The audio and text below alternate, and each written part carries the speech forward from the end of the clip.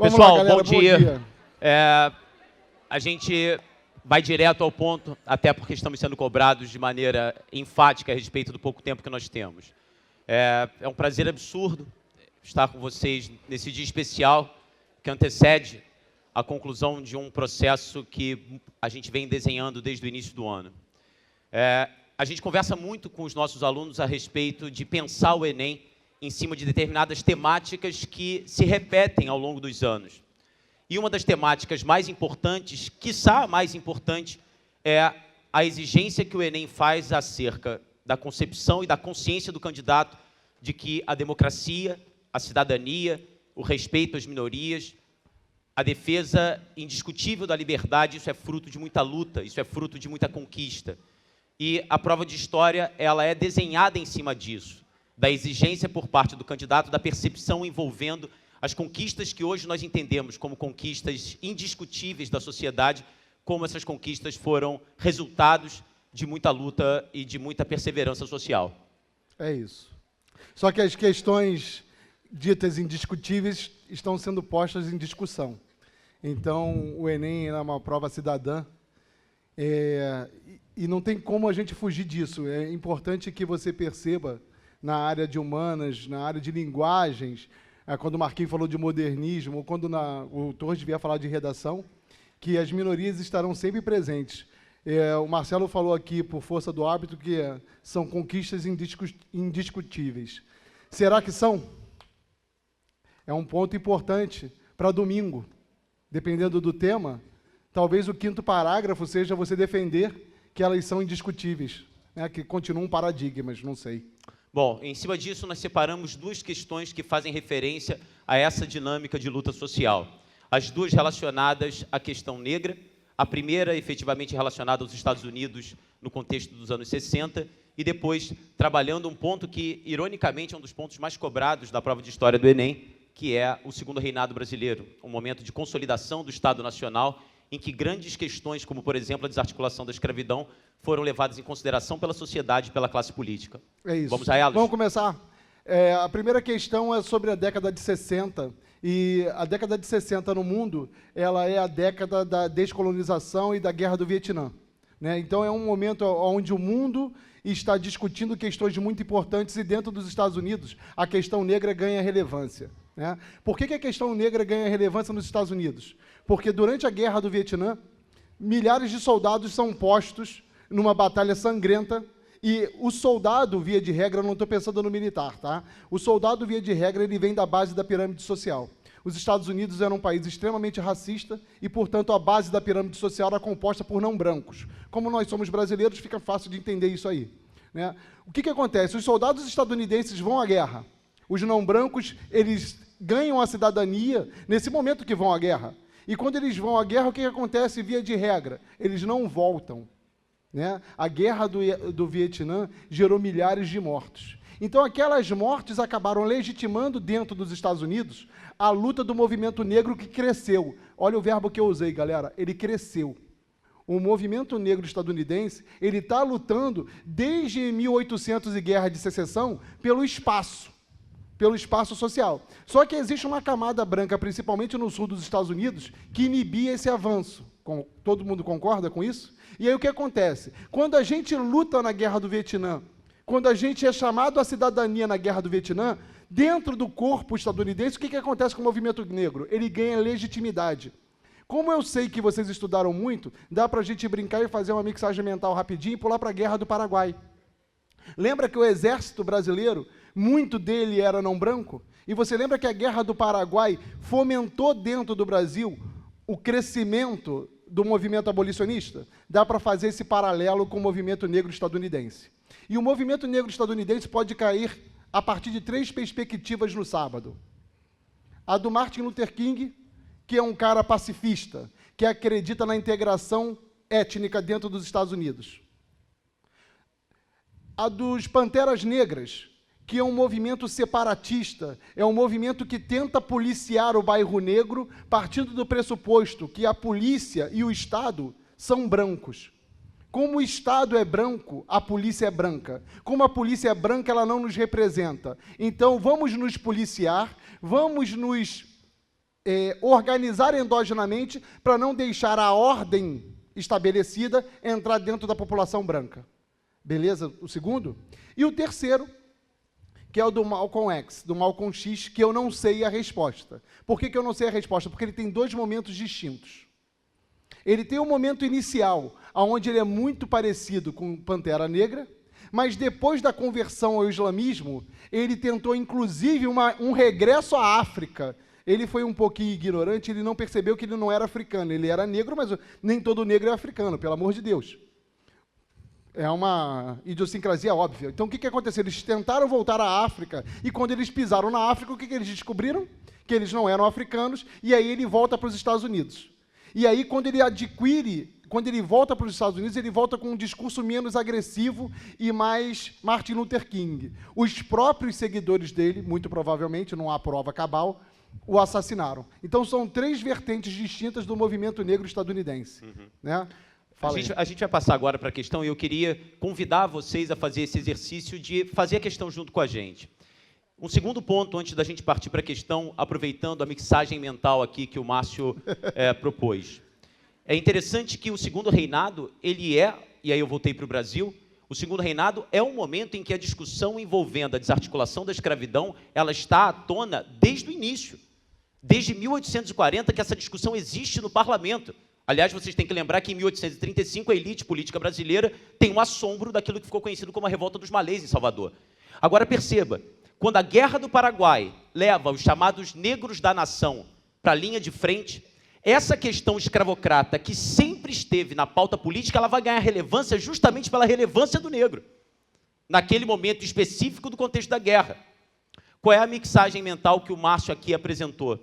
Na verdade, nós estamos falando de um processo de marginalização dos negros nos Estados Unidos que vem se desenvolvendo a despeito da 13ª emenda constitucional. Acaba a guerra de secessão, acaba a escravidão, mas você tem aquela legislação segregacionista, as leis Jim Crow, que seriam as leis de segregação e marginalização, principalmente nos estados sulistas. Ou seja, quando vem a guerra do Vietnã, quando, na verdade, você tem esses soldados negros partindo para a guerra, esse processo, essa discussão envolvendo a necessidade da plena igualdade, ela ganha relevância numa discussão, na verdade, que já vem se arrastando há 100 anos. Então, como é interessante a gente perceber o movimento histórico, como, na verdade, repleto de momentos em que essas discussões, elas ganham maior relevância e, é claro, no momento da relevância, elas afloram a discussão política e legislativa. Eu acho que esse é o grande referencial para que a gente possa trabalhar a próxima questão. E, repito, faço o convite para que você tente perceber, antever qual é a resposta correta, na medida em que essas questões têm muito a cara do Enem. Desculpa, eu só quero falar uma coisa que, para os não meus alunos da semana, eu falo para eles o seguinte: a escravidão estadunidense gerou um racismo que é vidro. Tentem fazer a metáfora junto comigo. E a escravidão brasileira acabou propiciando a formação de um racismo que é borracha. A rigidez do vidro, ela está nas leis segregacionistas que explicitavam para qualquer um que eu sou racista. No Brasil, existe a maleabilidade. O racismo brasileiro, ele não é explícito. E para quem é apressado, olhar essa maleabilidade, eles pensam assim, no Brasil ele é mais frágil. Às vezes, porque a borracha é flexível, é exatamente o motivo de ela não quebrar. Não dá para saber, não tem como mensurar qual é pior. Isso é papo de botequim, é um papo burro. São duas características completamente distintas. Mas não sejam apressados. Não olhem nas exceções que a sociedade brasileira produz como um discurso não racista. Pelo contrário, às vezes as exceções que a gente produz são fundamentais para a manutenção da regra. Não foi porque a gente teve uma presidente mulher que o Brasil deixou de ser sexista. Isso é importante. A questão começa pela imagem sempre. Está aqui, nenhum vietnamita jamais me chamou de crioulo. E aí vem a questão. Só um parênteses rápido, na verdade, muitos dizem que essa frase teria sido pronunciada pelo lutador de boxe Cassius Clay, que depois se converte ao islamismo e assume o nome de Muhammad Ali, falecido há pouco tempo, quando ele é convocado a participar da Guerra do Vietnã. ele chama a imprensa e teria dito que, na verdade, alguns historiadores dizem que ele não falou exatamente essa frase, mas isso foi absorvido É igual independência ou morte. Exato, e foi absorvido, e no momento em que é absorvido e ganha legitimidade social, vira verdade. Então a questão toda é, quando ele chega e fala para os repórteres, nenhum vietnamita jamais me chamou de crioulo, o que ele está dizendo é, o que eu vou fazer do outro lado do mundo? Eu não sei nem onde fica o Vietnã. Se tem um lugar para eu lutar, eu vou lutar é aqui. Aqui é que me chamam de crioulo. Aqui que eu tenho dificuldade exatamente de pertencer a uma sociedade de classe organizada. Então, se há algum motivo para eu lutar, esse motivo está aqui em casa, ele não está do outro lado do mundo. Por que ele virou islâmico? Papo de botequim de 30 segundos que a gente não tem tempo. A gente não tem tempo para... Mas é rapidinho. É maneiro saber. É porque, apesar de Cristo nunca ter sido branco, Cristo foi propagado a partir da Europa. E ele branqueou, tal qual o Michael Jackson. Então, o que acontece? É verdade Mas isso. é fato. É verdade isso. Então, É o fato. movimento negro, de certa forma, ele nega o cristianismo como uma tentativa de negar a aculturação europeia. Então, o islamismo se torna um subterfúgio ao cristianismo, na medida em que o Mohammed nunca foi branqueado, porque ele nunca partiu do epicentro Europa para o mundo. Ele saiu da África para o mundo. Então, ele manteve o fenótipo. E não é representado. E ele não é representado. Beleza. Vamos lá, galera. Manifestações como a descrita na imagem combinavam uma série de demandas que, nos anos 60 do século XX, mobilizaram diversos setores da sociedade norte-americana. Da relação entre tais movimentos e as demandas existentes, pode-se afirmar que a necessidade de mais soldados que atendessem à guerra do Vietnã era utilizada como justificativa para a abolição da escravidão nos Estados Unidos. Intervenham na prova, pelo amor de Deus. Sublinhem o que é importante. A tua prova precisa ser marcada o tempo todo. Sempre que você ler um texto, não menospreze o autor do texto, porque o autor do texto, às vezes, já te diz o que é o texto, correto? Aqui eu tenho uma imagem de 1967. Se você estudou no Pense ou estudou no QG, você sabe que no século XX, os Estados Unidos não são escravistas, eles são racistas. Então, a letra A está errada, porque eu não quero abolir a escravidão, posto que ela acabou na Guerra de Secessão. Se você não sublinhou, ou se você não atendeu a ideia de que eu estou falando de 1967, talvez você marcasse a A. B. Rejeição à guerra era uma crítica às prioridades assumidas pelo governo americano, enquanto internamente os problemas raciais persistiam. Provavelmente é essa, pulemos. C. As leis de Jim Crow, em vigor em vários estados sulistas, justificavam a necessidade da luta armada, defendida por lideranças como Martin Luther King. O erro dessa, e reparem o seguinte... E é difícil, hein? É isso. Essa questão não cairia no Enem de 4 anos atrás. O Enem, a cada ano, vem sendo mais conteudista. Então, vocês se lembram que ano passado caiu Ágora. A gente comenta isso o tempo inteiro. Então, o cara tinha que saber o que era Ágora. O que, aliás, você fica desesperado. Caramba, o que é Ágora? Agora, cuidado. A discussão toda é, mesmo quando o assunto é conteudístico, o Enem insiste na ideia de que a temática é a temática da discussão política cidadã. A Ágora como espaço de discussão política. Tá? Exato. Fechei o parênteses. Vai lá. Qual é o erro da C? O Martin Luther King não pregava a guerra. Ele era pacifista. Por isso, inclusive, que ele foi morto. D. A inexistência de tensões raciais. Já Parei para. aí. A própria palavra taxativa em ciências humanas, em ciências não exatas, induzem a erro. Beleza? A inexistência está errada.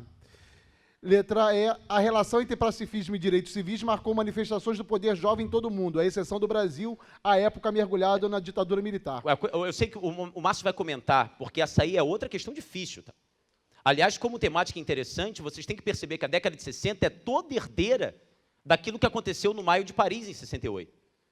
A discussão daqueles garotos criticando o conservadorismo, das meninas queimando sutiãs porque eram marginalizadas porque tomavam pílula anticoncepcional, da dona de casa indo para o centro de Paris dizendo que não aguentava mais apanhar do marido. Então, questões que fazem parte da nossa pauta política hoje, defender ou se colocar na pauta política homossexualidade, colocar na pauta política direito de minoria, colocar na pauta política meio ambiente, essas coisas não existiam. Ou não eram colocadas de maneira tão veemente antes de 68. Então é interessante nós pensarmos que todo esse clima que explode naquelas manifestações de Paris exaltam aquilo que ficaria conhecido como poder jovem, que quase como uma corrente elétrica avassala o mundo. Ora, o que é o movimento hippie? Que, aliás, aconteceu no Enem. Aquela foto daquela mulher hippie com um cartaz pendurado, faça amor, não faça guerra. O sexo entendido como revolucionário. Porque aqueles jovens estão criticando poderes políticos que são comandados por homens que lutaram na Segunda Guerra. De Gaulle estava na França. Esses jovens estão dizendo, pô, eu não quero mais ser comandado por alguém que estava lá na época do Hitler. Há necessidade de uma renovação, há necessidade de permeabilizar essa sociedade a questões envolvendo aquilo que nós queremos hoje, as nossas demandas. Isso é o poder jovem. Hoje não é uma aula depressiva, mas dá vontade de perguntar, né? Será que a gente continua... Há 10 anos atrás, eu com certeza falaria agora, olha, mas a gente é herdeiro desse movimento todo e a nossa pauta hoje é outra. Há 10 anos atrás, eu complementaria a fala dele dizendo isso. Olha, a gente já lutou e conquistou muitas coisas, as minorias hoje são respeitadas, o mundo é plural. Só que o que vai aparecer no sábado pode ser exatamente a antítese disso. O que acontece? A miséria nas ex-colônias europeias gera um processo de imigração muito absurdo para a Europa, correto? Eu chego à Europa, eu vou falar porque vocês estudaram. É aula difícil porque tem que ser conteúdo para a gente se dar bem amanhã. Quando os imigrantes chegam à Europa, eles chegam a qual Europa? A uma Europa atacada pela China, que tem uma mão de obra extremamente barata e pratica dumping, concorda? Estados Unidos que não trabalha com o estado de bem-estar social. Eu tenho um direito de férias ínfimo, eu tenho um direito protecionista ínfimo, então eu trabalho numa Europa agredida, o que gera um empobrecimento da classe média europeia. Todo mundo concorda? E aí, quando esse migrante não europeu chega à ex-metrópole, ele é visto pela classe média empobrecida como um concorrente, o que fortalece hoje os movimentos de extrema-direita, principalmente na França, berço do iluminismo, onde tem a Marine Le Pen, que todo mundo diz que já está certa no segundo turno da próxima eleição presidencial. Isso é importante que nós tenhamos em mente, tá? E outra coisa importante, só falta uma coisa sobre essa questão. Em 68, vai acontecer no Rio de Janeiro a passeata dos 100 mil, que foi uma afronta à ditadura, que eu peguei o Rio de Janeiro e coloquei o Rio de Janeiro. Tem um detalhe que é muito importante, parece uma coisa menos importante, mas não é. Ao final da passeata dos 100 mil, a gente cantou o hino nacional. Ou seja, a gente está tomando a bandeira para nós. A gente está tomando os símbolos da pátria para nós, porque nós somos os verdadeiros representantes do Brasil. E a ditadura faz o quê? Responde no famigerado AI-5. Joguemos as favas às consciências. Não é isso? Essa questão aí não seria propícia a um grupo que não estudou. Essa questão aí não seria propícia para quem está inseguro. E você, tanto daqui quanto de casa, não tem direito de ficar inseguro agora. A gente está colhendo o fruto de um ano inteiro de trabalho. Beleza? Marcamos letra B? Marcamos a letra B. Bom, já fomos avisados que temos 2 minuto para realizarmos a segunda questão. 7. Bom, 7? 7, vai. Bom, a segunda questão, na verdade, ela parte de um texto, de uma carta escrita por José de Alencar, que vocês conhecem como talvez o maior expoente do romantismo brasileiro, mas que foi um político atuante dentro do parlamento no segundo reinado brasileiro. E José de Alencar escreveu uma série de cartas a Pedro II, essas cartas são publicadas, e esse texto é de uma das suas cartas. O texto diz assim: a escravidão se apresenta hoje ao nosso espírito sob um aspecto repugnante. Esse fato do domínio do homem sobre o homem revolta a dignidade da criatura racional. Perceba que, pelas primeiras frases, o candidato ingênuo imediatamente concluiria que, na verdade, estamos falando de uma carta que critica, que rejeita, que entende a escravidão como algo repugnante, portanto, quem sabe, a carta de um abolicionista. Sente-se ela rebaixada com a humilhação de seu semelhante. O cativeiro não pesa unicamente sobre um certo número de indivíduos, mas sobre a humanidade, pois uma porção dela acha-se reduzida ao estado de coisa. Olha só a mudança da chave agora. Mais bárbaras instituições, porém, do que a escravidão, já existiram e foram respeitadas por nações em virtude não só menos as modernas.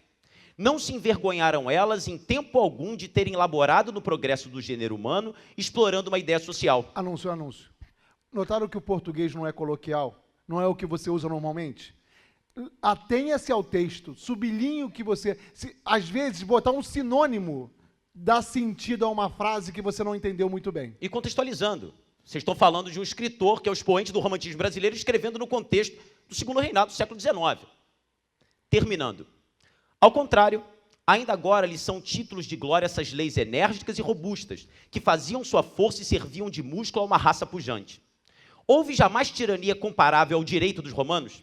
Entretanto, foi essa instituição viril que cimentou a formidável nacionalidade do povo rei e fundou o direito civil moderno. Eu vou resumir pelo pouco tempo que nós temos. José de Alencar é um expoente, é um artífice do Partido Conservador brasileiro no contexto do século XIX, no segundo reinado. Esse pessoal do Partido Conservador, e cuidado, conservadorismo no Brasil no século XIX é, sim, herança do liberalismo. Os conservadores não abrem mão da ideia do Estado de Direito. Os conservadores brasileiros acreditam na necessidade de uma Constituição. Os conservadores brasileiros do século XIX acreditam na necessidade do Estado representativo e do jogo parlamentar. O que difere os conservadores dos liberais é que os conservadores acreditam que o caminho da história, à época chamávamos de filosofia da história, não é igual para todo mundo. Na visão dos conservadores, não adianta pegarmos fórmulas dos Estados Unidos, da Europa e colocarmos no Brasil. Não funciona. Claro que nós queremos modernidade, mas a modernidade brasileira precisa ser adaptada, pensam os conservadores, à realidade nacional. O que o José de Alencar está dizendo? É óbvio que a escravidão é repugnante. É óbvio que a escravidão é sentido de humilhação não para uma comunidade, mas para a humanidade. Mas diz o José de Alencar, dentro do processo de desenvolvimento das sociedades, olha o direito romano, que todos hoje aplaudimos, e Roma foi um império autoritário, escravocrata, mas ainda assim, toda a herança que dele veio, ela garante a ideia de que ele deve ser exaltado. Ou seja, o que o José de Alencar está dizendo é, na história das sociedades, no desenvolvimento e progresso das comunidades, há momentos em que, inevitavelmente, para essa formação, se toleram, devem ser toleradas práticas repugnantes. O que o José de Alencar está querendo dizer é, sim, a escravidão é repugnante, mas sem ela o Brasil não vive. Não é hora de acabar com a escravidão. O que nós precisamos agora é entender a escravidão como uma etapa necessária do desenvolvimento brasileiro, que é o topos conservador. O topos conservador é, claro que todo mundo quer democracia, claro que todo mundo quer liberdade, nós no Brasil também queremos, mas não é hora. O Brasil ainda é uma sociedade invertebrada, o Brasil ainda é uma sociedade completamente dispersa em regiões que mal se comunicam. A escravidão hoje é necessária, diz José de Alencar. E esse cara, junto com Paulino, filho do Visconde de Uruguai, serão os grandes próceres da defesa e da manutenção do escravismo. Não aguento, eu tenho que falar. Porra, o que dizem hoje os conservadores? Que o Brasil tem que dividir para crescer ou crescer para dividir? Eles continuam dizendo que nós temos que crescer para dividir. E quando eles acharão a hora de dividir? Nunca. Se nós deixássemos na mão dos conservadores o fim da escravidão, esqueçam. Entendeu a parada? Então, isso é importante que fique claro. A prova cidadã. Sabe aquela questão? Volta para o texto, por favor, aí, só uma frase. Que é aqui, ó. Transformados em coisa. Ali, ó. O cativeiro não pesa unicamente, mas sobre a humanidade, pois uma porção dela acha-se reduzida ao estado de coisa. Falso. Eles sempre tentaram me coisificar. Mas eu nunca me tornei coisa. Os quilombos, os abortos, as fugas, os assassinatos, o candomblé vivo hoje, a língua iorubá estudada na UERJ por nigerianos hoje, eu nunca fui coisificado. É muito bonitinho a gente entender a lógica conservadora, mas é sempre bom lembrar que o conservador que não é burro, ele não vai ser anacrônico nunca. E como ele não é anacrônico nunca, ele vai modernizar o discurso em busca da manutenção. E por isso ele se torna mais perigoso. É isso que eu queria explicitar. Esse é o problema. O problema desses caras é que eles são muito inteligentes ali. Na verdade, na hora de defender a escravidão, eles estão colocando um argumento que leva em consideração o que está sendo discutido na Europa. Todo mundo só pensa em pobre, todos os políticos. Eu quero crescer, crescer. Nunca chega a hora de dividir. Bom, Márcio. Fala aí. O escritor e político imperial José de Alencar escreveu uma série de cartas a Pedro II sobre o pseudônimo de Erasmo. No trecho acima fica claro que sua opinião acerca da escravidão eu acho que é direto à letra C. a constatação do caráter bárbaro da escravidão, porém necessário, como uma etapa inevitável do desenvolvimento brasileiro. Inevitável é o cacete, na medida em que eles estão fazendo, na verdade, a comprovação de um interesse específico econômico do Se a mãe grupo dele estivesse proprietário. na senzala, não seria inevitável. Pessoal, acho eu. foi um prazer. Foi um prazer. Boa Muito prova obrigado. no sábado. Parabéns, hein, galera? Força! Não deixem a prova crescer para cima de vocês. Muito obrigado. Tá? Não deixem a prova crescer para cima de vocês.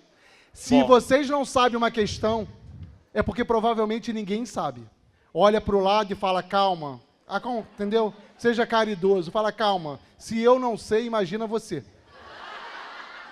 Toma conta da prova, não deixa ela crescer para cima de vocês. Aliás, a melhor sensação é quando você olha para o lado e vê o desespero e você não está desesperado. Exatamente. Como se, na verdade, a humilhação do próximo fosse aquilo que te motiva. Regozija. Beijo, Queridos. boa prova, galera.